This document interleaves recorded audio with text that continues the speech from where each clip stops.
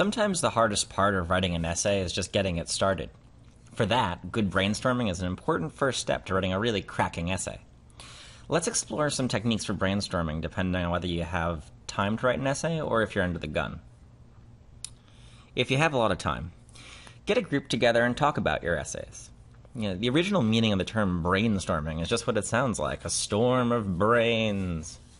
Okay, not literally, but the idea was that getting a bunch of people together to talk about the ideas would produce more and better ones than one person sitting alone by themselves.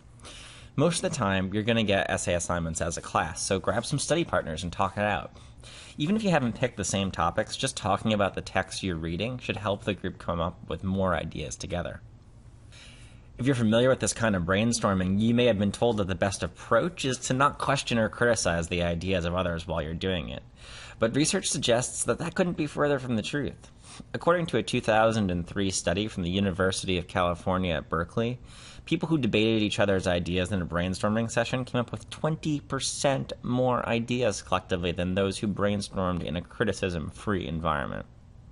What's more, individuals in the debate group, when asked after if they had any additional ideas, came up with twice as many good ideas than the people in the criticism-free group. In other words, it turns out a little argument can be good for the creative mind. List, list, list, and take the good with the bad. Of course, you don't always have the option of brainstorming with a group. In these cases, you can try the 100 rule, which is you think of 100 ideas on a topic you're given, and most importantly, write down any idea regardless of how ridiculous it sounds. So if you're asked to write an essay on To Kill a Mockingbird, and your idea is to relate that to the death of mockingbird populations in the early 1920s, go right ahead. If you want to compare Catcher in the Rye to Mike Piazza's Major League Baseball record, write it down. By including the weird, outlandish ideas, you'll stimulate the growth of really good, even great ideas. Even if you don't make it to 100, by the time you get to 30 or 40 in the list, you should start to see ideas that pull your essay into focus. Let your mind wander.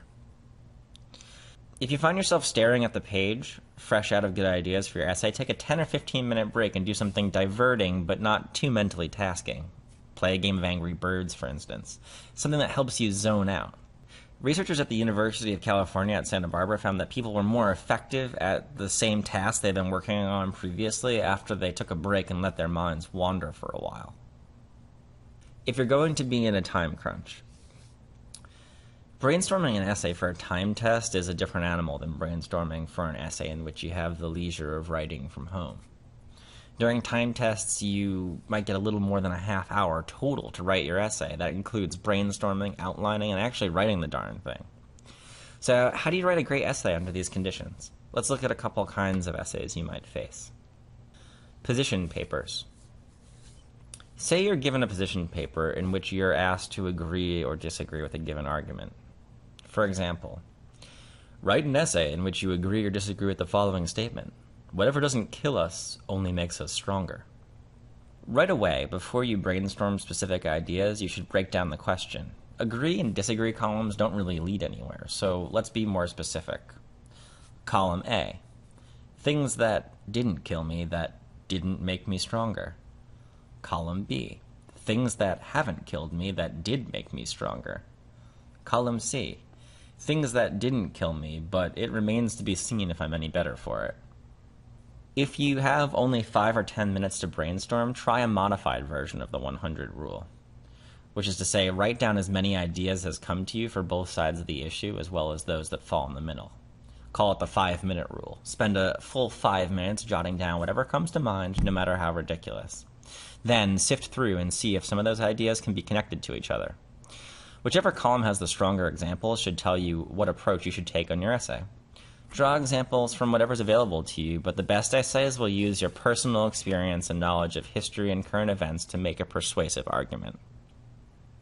Pro tip. If you get stuck and just can't think of anything on these time tests, relax, reread the prompt, and try again.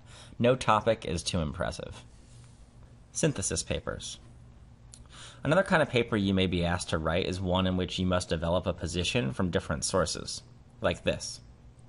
Read the following sources, then construct an essay on whether you believe that reading comic books hurts or harms children. In these essays, you'll need to spend more time brainstorming, as you'll be given the sources to read as well as have your own ideas to come up with. First, read the passages that you're given. Then, do the same as if you didn't have any sources to draw from. Figure out what your position is first by listing the pros and cons of that approach, and then dig back into the readings and try to pull out more examples that support your position, or oppose it, and use that to develop your essay. This will help you form an essay that is more your own than just the texts. Lesson review. 1. Try to get a group session together, and remember that criticism is a good thing. 2. Try the 100 rule, and don't delete the bad ideas. 3. Break down the argument to columns and use a modified 100 rule for time tests. Call it the 5-minute rule. 4. For synthesis papers, read the text first, and then brainstorm. 5. Don't worry if you get stuck. Relax, reread the prompt, and try again.